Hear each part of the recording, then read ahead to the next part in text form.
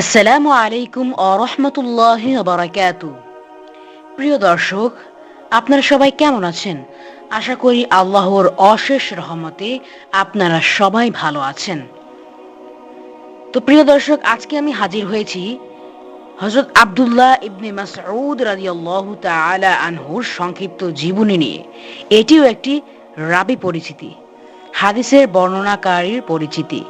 তিনিও ছিলেন হযরত মুহাম্মদ সাল্লাল্লাহু আলাইহি সাল্লামের একজন সাহাবী। তো চলুন আমরা তার সংক্ষিপ্ত জীবনী শুনে আসি। হযরত আব্দুল্লাহ ইবনে মাসউদ রাদিয়াল্লাহু তাআলা আনহু প্রখ্যাত মুফাসসির ও মুহাদ্দিস সাহাবী। ইসলাম পূর্ব যুগে মক্কায় জন্মগ্রহণ করেন। তার উপনাম আবু আব্দুর রহমান আল হুজালি, মাতার নাম উম্মু আব্দ। ইসলামের প্রথম দিকে তিনি ইসলাম গ্রহণ করেছিলেন। তিনি হযরত ওমর রাদিয়াল্লাহু তাআলা আনহু এর পূর্বে ইসলাম গ্রহণ করেছিলেন। তিনি প্রায় সময় রাসূলুল্লাহ সাল্লাল্লাহু আলাইহি সাল্লামের সফর সঙ্গী হিসেবে থাকতেন এবং রাসূল সাল্লাল্লাহু আলাইহি সাল্লামের নিত্য প্রয়োজনীয় জিনিস বহন করতেন। খুলাফায়ে রাশেদার আমলে তিনি বিভিন্ন রাষ্ট্রীয় কাজে নিয়োজিত ছিলেন। তার বর্ণিত হাদিসের সংখ্যা 1848টি, মতান্তরে 846টি।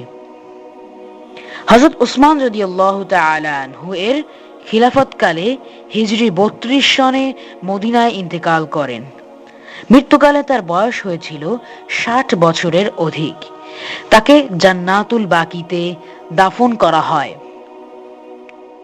তার একটি হাদিস হলো হযরত আব্দুল্লাহ ইবনে মাসউদ রাদিয়াল্লাহু তাআলা আনহু হতে বর্ণিত, হযরত রাসূলুল্লাহ সাল্লাল্লাহু আলাইহি সাল্লাম ইরশাদ করেছেন, কোন মুসলমানকে গালি দেয়া ফাসিকি তথা পাপাচার এবং তার সাথে লড়াই বা হত্যা করা কুফরি। বুখারী ও মুসলিম। তো প্রিয় দর্শক, আজকে এই পর্যন্তই। এভাবেই আমি ছোট ছোট রাবী পরিচিতি বা সংক্ষিপ্ত জীবনী নিয়ে আপনাদের সামনে উপস্থিত হয়েছি আরো কতকবার। আপনারা যদি আমাকে আরো বেশি বেশি সমর্থন করেন এবং আমার চ্যানেলটিকে সাবস্ক্রাইব করে দেন, তাহলে পরবর্তীতে আমি আরো বড় বিষয় নিয়ে বিস্তারিতভাবে আলোচনা করার চেষ্টা করব ইনশাআল্লাহ। দেখা হবে অন্য কোনো ভিডিওতে, অন্য কোনো পর্বে। আসসালামু আলাইকুম ওয়া রাহমাতুল্লাহি ওয়া বারাকাতুহু।